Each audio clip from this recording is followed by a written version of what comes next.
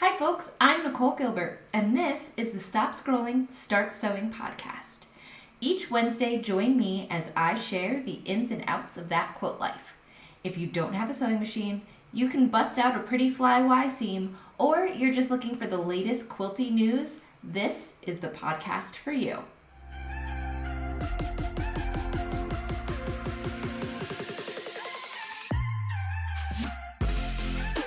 Hey folks, Nicole here. Welcome to Season 3, Episode 9 of the Stop Scrolling, Start Sewing podcast.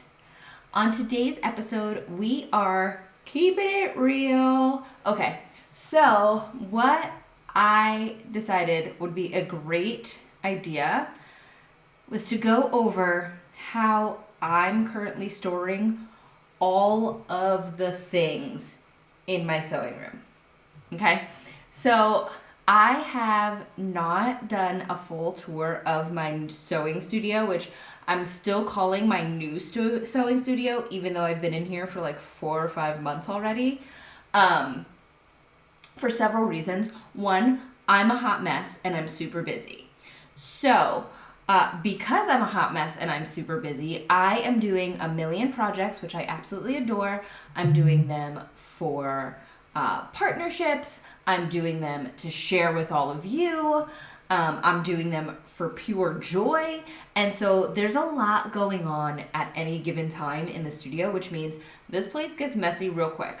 And quite frankly, it's relatively neat right now, but the addition of the long arm machine has created some obstacles, to say the least. But on the flip side, my studio is now large enough for like all of the things. Multiple sewing tables, a long arm machine, walls of Billy bookcases. Like, life is good right now. However, it's crazy. But I want to share all of, and by all of, I mean the storage portion. I'm not even taking you to that half because things get wild. But I'm going to share all of my storage goodies with you. And you may notice, if you are watching on the YouTube, I just said on the YouTube, that showed years, that showed age there. If you are watching on YouTube, you could actually see that there is no quilt on the wall today. So I do have a project to share with you guys, but I thought it would be more visually appeasing if you could actually see all of the storage things that I'm discussing. So I have not covered the stash mess so you could see it behind me. So instead of sharing a quilt today, I will be sharing a bag. So this is the Ultimate Travel Bag 2.0. It is following a by Annie pattern. You guys know I worship at the altar of Annie. She is amazing. Her bags, just the patterns themselves have such professional finishes to them that, like, I mean, come on. This is an overnight weekender bag. It has pockets on either side that are like a great size for putting water bottles and drinks, like think airport style. It's got a slip pocket in the front, ID, phone, boarding ticket, you know what I'm saying? Zipper pocket, so that you can put the credit card and whatever little wallet you've got so you have easy access to it. On the back, yes, there's another giant zip slip pocket, which apparently I still have my pool key in. Good to know. I'll be looking for that 8 months from now. But like, check this part out. This is a sleeve so that you could slip it over the handle of your rolly luggage and it could sit on top. Like, these are like little things that set Annie patterns apart. Beautiful strapping that you can, I mean, if you follow Tula like I follow Tula, you know that she's got that beautiful webbing, so you could use your own just colorful strapping. She also gives you directions to make your own, which is what I did here. And this is using, the fabrics on this is all Tula Pink line work on the exterior. And then I've got some true colors on the interior. But the finishing is beautiful. There's not a raw edge in sight. Bound all the way through. Zipper tapes are bound all the way through. There are mesh slip pockets with elastic on top so things don't fall out. There are giant zipper pockets on the inside. This is an incredible, useful bag. I don't think I have ever used this bag and not had at least 5 people be like, oh my gosh, where'd you get your bag? And you know me, I love an opportunity to be like, I made that. So I made that. I mean, just phenomenal. The pads, like, come on. Shoulder padding, so it's nice and comfy to wear. It's a phenomenal project. It goes together in a weekend. It's not difficult. It can at times, I'm not gonna lie to you guys, it can at times be a little bit tedious because you are being very careful. You are sewing through some thick layers at times. So this is not something I would tackle if you have a machine that is giving you problems with like straight line quilting your quilts. If your machine isn't kind of up to that task, it's not going to be up to this task. I'm not going to lie to you. I'm not going to send you down a trip and be like super frustrated. However, it's super fun. And like I mentioned in, I guess it was last week's episode, the time is just all blending together now. Like as soon as Halloween goes by and quilt market's in the rear view mirror, all of a sudden I'm like, holy smokes, holidays and the things. So things are blending together. But I think in just last week's episode, we were discussing, you know, what sew-alongs you might be interested in me hosting next year. I'm thinking this bag might be a great sew-along as well. So go into the comments, slide up into my DMs on Instagram, wherever you're listening to this, and let me know if you would be interested in a sew-along with this bag, because it's a lot of fun. It's a beautiful bag, and you'll use it for years to come, truly. Okay, I'm going to get this out of the way. And let's talk storage, guys. Okay, so storage is an absolute necessity when it comes to our quilting journey, especially when we get past the first 6 months of our quilting journey. And I say the first 6 months because in the first 6 months, we've got our machine, we've got our cutting mat. You might not even have a full-size cutting mat yet. You still might be using like an 18 by 24, which is totally fine. That's a sufficient size for most projects. But you've got a smaller cutting mat. You might have one rotary cutter, which, I mean, is wonderful. Like, I'm thinking about this and I'm like, that sounds like a great way to live. It's like those times when people like explain a capsule wardrobe and you're like, oh, that's kind of awesome. But anyway, you've got a more streamlined, trimmed down notions, stash, machine setup, like all the jazz. And so that's great. Now, once you get past that 6 months, what tends to start happening is you finish your first project, or maybe your first 2 or 3 projects, depending on how prolific you actually are. And you start to have different things. Maybe when you stocked up on your original supplies, you decided after that project, oh man, that rotary cutter I bought is not cutting the mustard. Or, you know, I was using all cream thread, but now I need multicolor thread because I want to quilt this one differently. Or, you know, all these things start to happen and it's a slow progression. Nobody gets to all of these things in a day, okay? I have a lot of stuff that I'm going to share with you and show you. Some of the stuff you're going to be like, oh my gosh, perfect.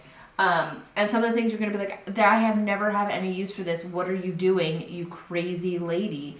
And that's totally fine. But I want you to think not only what you need now, but how to organize what you bring in so you don't get to a position where you are like stressed for storage and stressed for organization. Okay? So first I'm going to kind of go over what I've got working with here on my table. And first and foremost, I want to talk a little bit about my table. So this, and my head has now been cut off if you're watching this on YouTube, but it's because I want you to see my table. This table was actually made for me by my husband. It was actually he does a fantastic job making me sewing tables. He's made me a few at this point. But it's kind of one of the only woodworking projects that he does, so I don't want you to think that this is like super difficult to do. My tabletop, and there's a reason why I'm talking about this for storage, because it actually is the central hub in my room, and you don't need to have one this big. Mine is giant. I've seen them on a much smaller scale, and it's genius. So my tabletop is actually a wood butcher block island countertop that is 3 feet deep and 6 feet long. So it's 6 feet by 3 feet. It is also 34 inches tall. And I wanted it to be 34 inches tall because I wanted it to be my cutting table as well as my sewing table. So I can fit a 24 by 36 inch cutting mat, which is what this mat is on my left. I have space to line up my blocks in between, and then I have room for my Baby Lock Chorus, which is the machine that I have built into this table. Okay, I love this machine. Now, what he did was he actually just went to Home Depot, got 4 tabletop legs, tall, like bar height tabletop legs, 2x4s and 1x2s, and created a frame. So legs and frame. Put the top on it, and then using carriage bolts, created a shelf for the machine to sit on. He then traced around the machine, mitered it all, and jigsaw, or, I'm saying saw names like I know what I'm talking about. I don't. But he cut a hole. That's how I should have just said it. He cut the hole, and then we were able to put my machine in it, and it could be raised and lowered. And using carriage bolts and nuts, you're able to adjust the height of where that platform is so that you can get your machine nice and flush with it. And I've seen people do similar things by buying tables off of like Marketplace. In fact, the first table my husband made, he actually purchased a table off of Marketplace, refinished the top, and then did that same mechanism for my sewing machine, for a machine I had in the past. But they're great tables. What I love about this table is how big it is.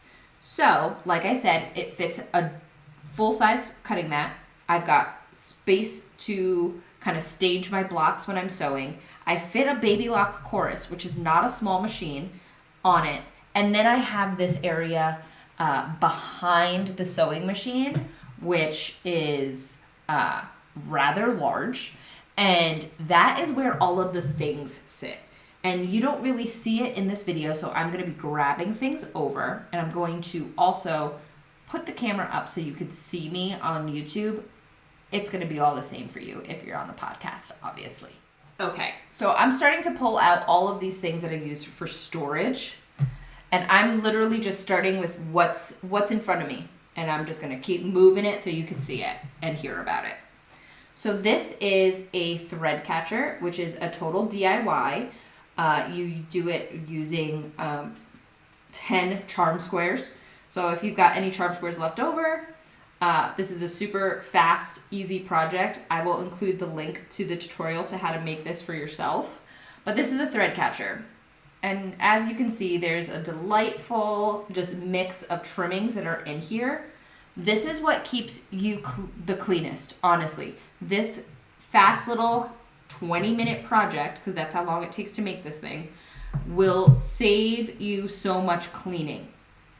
Because I make a lot of my preferred sewing style is very traditional. I use modern prints, but I am a very traditional quilter. I love sawtooth stars. I love churn dash blocks. Like, that's my jam. And so there's a lot of trimming involved in that. And so what used to happen was I would trim, I would have these little piles of trimming all over the place. I would kind of scrape them up or move them to the side because I'd be like doing the things. And then I'd look around and there'd be like little bits in my carpet, stuck to my legs. Like, let's be real, we all go to school, and by we all, I mean probably just me, go to school pickup with like threads all over us and whatnot. But having just this, instead of dumping it into a pile, and I think I'm being neat by creating this pile, like one central area, by actually having this thread catcher, keeps all of that mess from happening. So I just throw it all in here. When it gets full, I dump it, I start again. No threads, trimmings, mess anywhere. So this is probably the best thing that I've got going. It's like one of my favorites. Next is the handy dandy mason jar. Okay? And so this mason jar, if you're watching on the YouTube or listening on the podcast, you'll be able to see this, but I will tell you about it. This mason jar is like my go-to mason jar. I've got my 2 rotary cutters, and yes, I said 2. This one is fabric only, and it is an alpha splash in like an aqua color, and I actually have it labeled. I used my handy dandy Cricut to label it fabric only. And then I have just a regular, navy kind of kit, a little bit of a more inexpensive rotary cutter, and I have it labeled for mixed media. This is the one that I will use on paper, on batting, on soft and stable, on, like that kind of stuff. Like, you need to use a rotary cutter, but you don't want to mess up your blade. And what I end up doing is the new blade goes on to the fabric only. The fabric only blade goes on to the mixed media, and then the blade that was on the mixed media gets chucked. And that's my rotation. Just a little FYI for you. Then I've got paper scissors, fabric scissors, which these are not the fabric scissors I use all the time. These are the fabric scissors I now use all the time. This set is just like a standard old basic like Fiskars. And I'm actually going to put this in this bucket that I will tell you about later behind me. These are the ones I use all the time now. They are Tula Pink Hardware, the special edition black and golds. I love them. They're hefty. They remind me kind of like Gingers. They're of that quality level, like Gingers or Guggenheims. They're wonderful. They're sharpenable. They also say fabric only on the blade. So like you open it and it says fabric only. Like how cute is that? And then in here also I've got like a Choco liner, a bodkin, air erasable pens, things like that. Things that I'm going to grab all the time and I want at a ready basis, but that don't need to be like directly next to my sewing machine. Okay? So that's one mason jar. The other mason jar that I've got going is actually full of Wonder Clips. And if I'm being 100% honest, which that's what we do here, these are not actually Wonder Clips. These are like Amazon 100 for $8 clips, which is totally fine because I've had them for years and they work great and I love them and they're a fraction of the price of Wonder Clips. Again, I will include links to all of these items. Okay, so those are my clips, but if I'm being 100% honest, I still refer to them as Wonder Clips. It's like Kleenex, you know what I mean? Okay, now next to my sewing machine, I've got this guy. And this is I want to say it's called a Sew and Store. And it is a small plastic tray about 2 inches wide by 8 or 9 inches long. And it's got this silicone grooves on the top that allow you to like put in, I've got thread snips and scissors and a stiletto and sewing machine cleaner and the stylus for my sewing machine LCD screen. I've got seam rippers and the various sized screwdrivers that I'll need, another pair of Tula Pink scissors because I have an obsession, but this sits right next to my machine. So it sits right next to my machine. I can grab any of these items in a second because these are the tools that I use at my machine. Now, I don't want them rolling around because how much of a mess would that be being in my space while I'm trying to sew, but at the same time, I really do need these items readily available. So that's where this comes in. I also have this right next to my machine, which is actually the foot. And I'm gonna take these few items right here out because I just have kind of some junk in here, not gonna lie. This is the foot case. What else was that? Oh, that was that foot. That makes sense. This is the foot case that came with my baby lock. And this case is phenomenal. And you have many of these cases when it comes to your sewing machines as well. A lot of times it will fit in the compartment that is in the front of your like bobbin case, like your bobbin area. There's like a little compartment on most sewing machines. It might be what comes off to create a free arm. I don't have it in the compartment because my machine is built into my table and I wouldn't really be able to open it. So I just have the tray out next to my machine. Side note on baby lock ones, do you see this?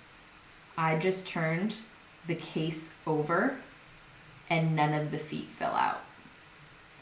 So it's wonderful. It's just like a clip-in system that they've got, but it's just really well engineered. And what's helpful about that is that nothing goes flying when I'm sewing, because sometimes, you know, things get rowdy at the sewing machine and things get knocked over and none of my feet get like lost. So that's pretty great. So I've gone over what I use mason jars for. I've gone over the thread catcher, which you can totally make for yourself, and I will include a link to the instructional video for that.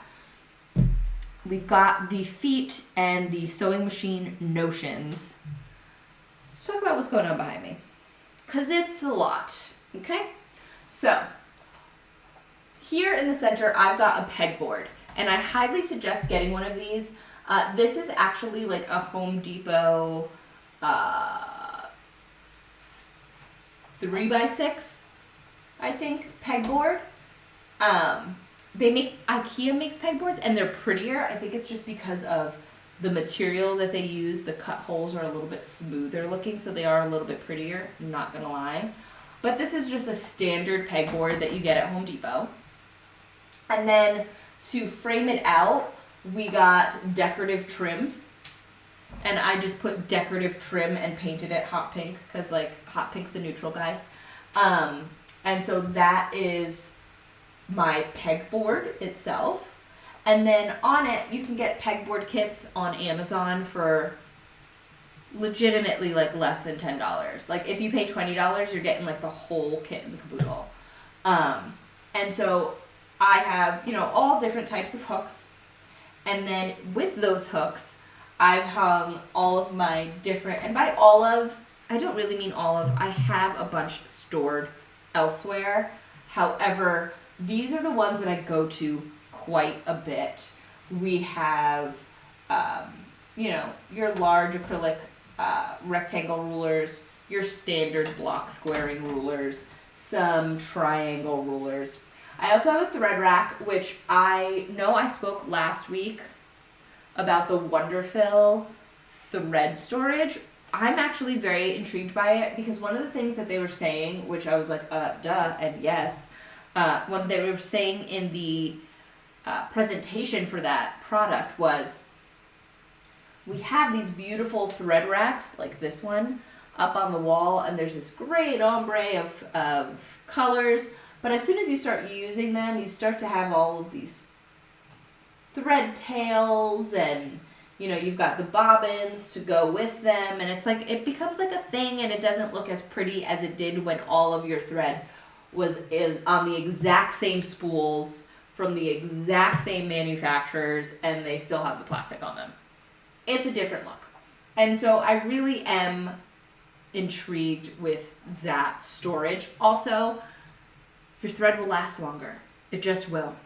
Because it won't have all the light on it. So this is how I store my thread, or how I store my go-to thread at the moment. And I say go-to thread, this is my go-to colored thread. I just use gigantic cones of gray cotton, 50 weight, on my machine. I guess in this video you can't see it, but on the right hand side of my machine, there's a thread stand with 2 gigantic gray cones on it right now. So that's the pegboard. Also on the pegboard, one of the hooks is made to hold cups, and I've got 3 of them. I've got one for like colored pens and stuff if I'm trying to be pretty. I've got another one for like just regular, just like pens. I need a pen, that's where it goes. And then this is for like secondary notions. These are like notions alike, but I don't really use them, but I want them near me. So I've got a couple of pair of fabric shears. I've got the water erasable pens. I don't really use water erasable pens. I mostly use air erasable pens. I've got fabric turner, pinking shears. Like some of these things, I'm like, I don't even know when I bought pinking shears. I also don't know when the last time I used them was, but I feel the need to have them. A Hera marker. I'm not a Hera marker guy. I'm just not. It's probably because I do long arm and free motion quilting that like Hera markers don't really do it for me. But, I'm told they're necessary, so I've got one. And I think that there's quite a few of you who will kind of commiserate with what I just said. I've heard they're cool, so I have one. All right. Now, the last thing I'm going to show you guys is the Billy bookcases. And I'm actually just going to show these 2 here. And I'm actually just going to keep it kind of what you can see because there's a lot going on. I was planning on cleaning them out and organizing them more. This one that's here on my right hand side is pretty well organized. The one on my left is a little crazy pants, not gonna lie. But then I was like, no, this is me showing them how you could functionally use them. And in the state that they currently are in, that's how they're functionally used. Okay?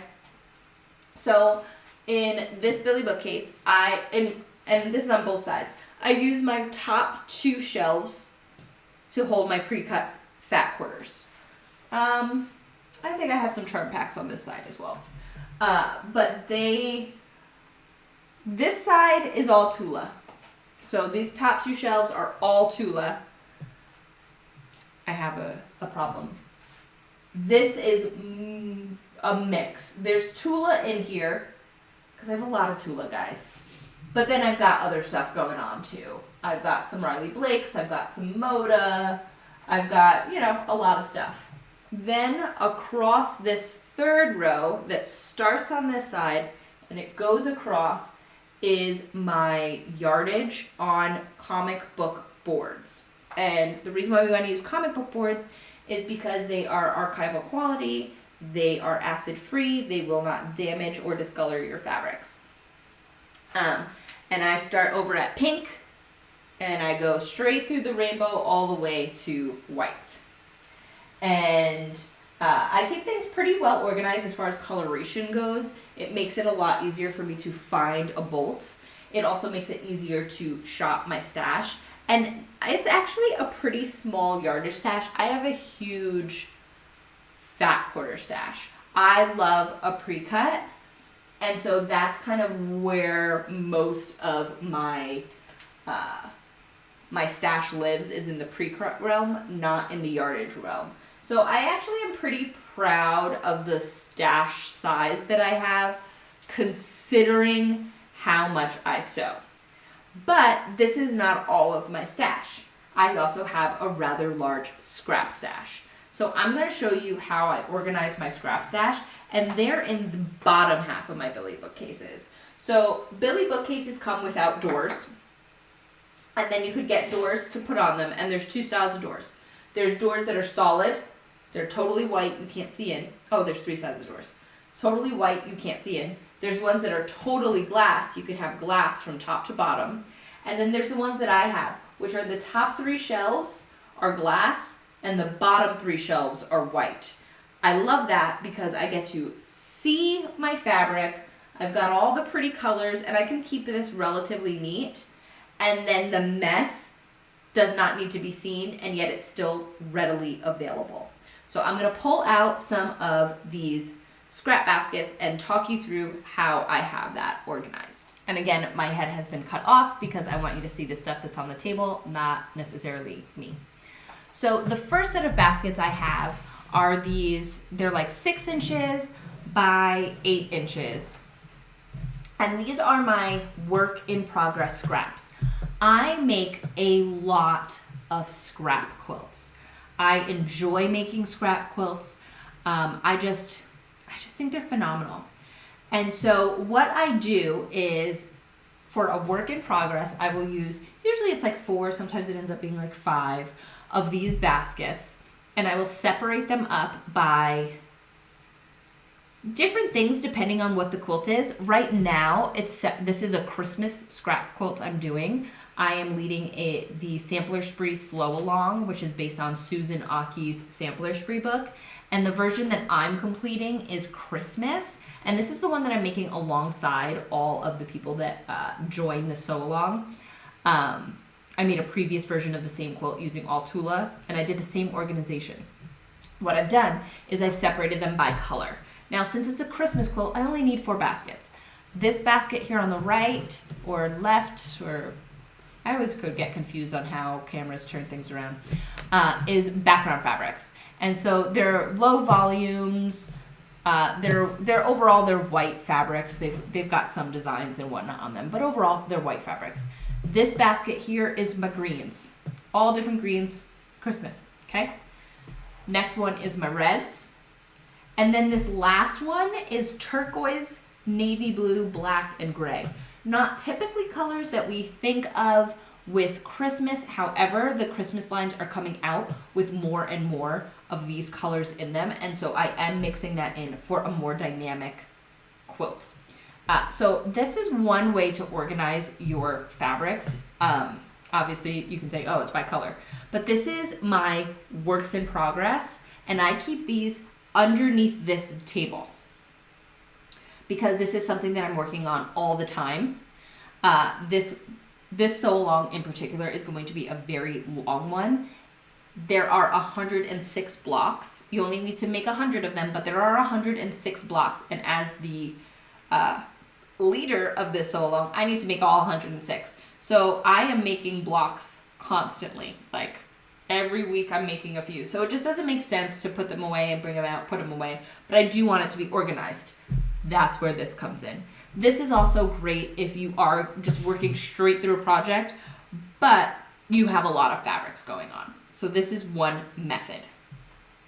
So I'm going to put these away, and then I'm going to bring out the next set of bins that I use. Okay, so now this is another set of baskets that I use, and I actually have quite a bit of these. I only brought out these ones because I wanted to demonstrate very specific things.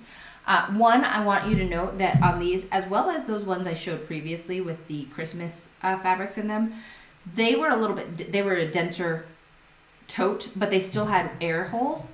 These, you can see, are wide open. We want air to be able to get in and out of our fabric. We don't want there, especially if you live in a humid climate, or you use like a swamp cooler to cool your house. There's like a dampness that can occur, and we don't want anything to like discolor or smell up or any of that. And the best way to do that is to keep things nice and open. These particular baskets, those blue ones that I showed before, again, I've said Amazon left, right, and centered. Those were Amazon. These ones are actually Target, and I think they're actually still available. They're like those ones that they have all the time. And I've got quite a few of them. Now, I use these as my color baskets. And I've got a bunch of them in one of my billies. And so like this one is my oranges and corals. And so it's just all the random fabric I've got left of oranges and corals. And then this one is pinks. And again, this is all the random, ooh, that's a pretty one. Sometimes you're just like, I don't even know. Like if I've got a fat quarter bundle, which there's quite a few like this. This is a full fat quarter from Anna Maria. I'm going to say it's from Welcome Home because I did a quote recently with that. if I open up a fat quarter bundle and there's 24 fat quarters in it, but I only need 16 for the quilt top, that means there's 8 left over. They get sorted with my scraps. I know. I try to keep only things that are bundled up on my fat quarter shelves, unless it's Tula, because there's Tula's a whole different beast because of the sheer volume of Tula that I have. But so that's one thing, is just by color, throw them in there, and then that way when I'm going to do another quilt, I'm just like, okay, I want a pink, I want an orange, I want a red, and I go into the appropriate buckets and I pull them out, and there we go. We're good. Now this overheaping basket is Tula. And so I keep my Tula separate for obvious reasons, and I really need to stop just talking about Tula. I talk about her way too much. But this one is separate, and I keep that in mind too. If you have a designer that you absolutely adore, and you tend to not mix other designers or fabric lines with it, keep it separate. It just makes your life easier. And so what I do is I will shop my scrap basket, then I will shop my fat quarters, and then I will shop my yardage. Because I've got some pretty awesome yardage of everything. You know, every time I buy a fat quarter, there's at least one print that fat quarter bundle, there's at least one print that I absolutely adore, and then I buy it by the yard. And that's for any designer, because it's just great. And I tend to go through it because I adore it. And then I know we talked a few weeks ago about intentionality with the fabric that we're buying, because we're getting stocked, not stashed. And I go through my fabric, and that's why I don't have a ton of yardage, because everything I purchase for yardage is something that I adore, and so I use it, which is great. So there is the fabric storage. Holy smokes, guys. Okay, folks. So I was about to say, there you have it. However, I was just thinking, some of you may be wondering where I store my bolts and where I store my batting, and patterns and whatnot. I have a basket, like those blue baskets I showed the Christmas fabric in. I have a basket of that full of patterns that are mine. I have a basket that are full of patterns that I sell on my e-commerce. And then as far as bolts go, on the bottom shelf of this Billy bookcase, I am able to put bolts. So I have bolts of fabric there. Now, when it comes to batting, I buy my batting by the roll. I am a prolific quilter. I make a lot of quilts. And now that I have a long arm, I'm quilting a lot of quilts. The throughput of the quilting of the quilts is just become insane since getting the long arm. And so what I do is, on my long arm frame, there is a pole underneath it. And so I put a giant roll of batting on that, so I can just pull it out and load my machine, which is great. But then I also buy my batting in bulk because it is more economical that way. And so I have a walk-in closet in this room that has big rolls of batting just stacked up and ready to take the place of the previous roll when it runs out. So that's where I keep my patterns, my batting, and my bolts of fabric. Okay, folks. So that was a lot of information. I will include links in the description so that you can check out some of the items that I'm using. I need to say also, mason jars. Wide mouth mason jars. A regular mason jar isn't going to be very helpful because the opening at the top is kind of narrow to put items like what I use, like a rotary cutter and scissors and all of that kind of bulkier things. So a wide mouth mason jar. So there's that. So I will put links to all of these items that I discussed in the description. I would love to see and hear how you're organizing your sewing space. And so please post on social media, tag me so that I can see those posts. I cannot wait to see them. You have completed another episode of the Stop Scrolling, Start Sewing podcast. Thank you so much for spending some time with me, and go ahead and make sure you hit subscribe wherever you listen or watch. All right, folks, bye for now.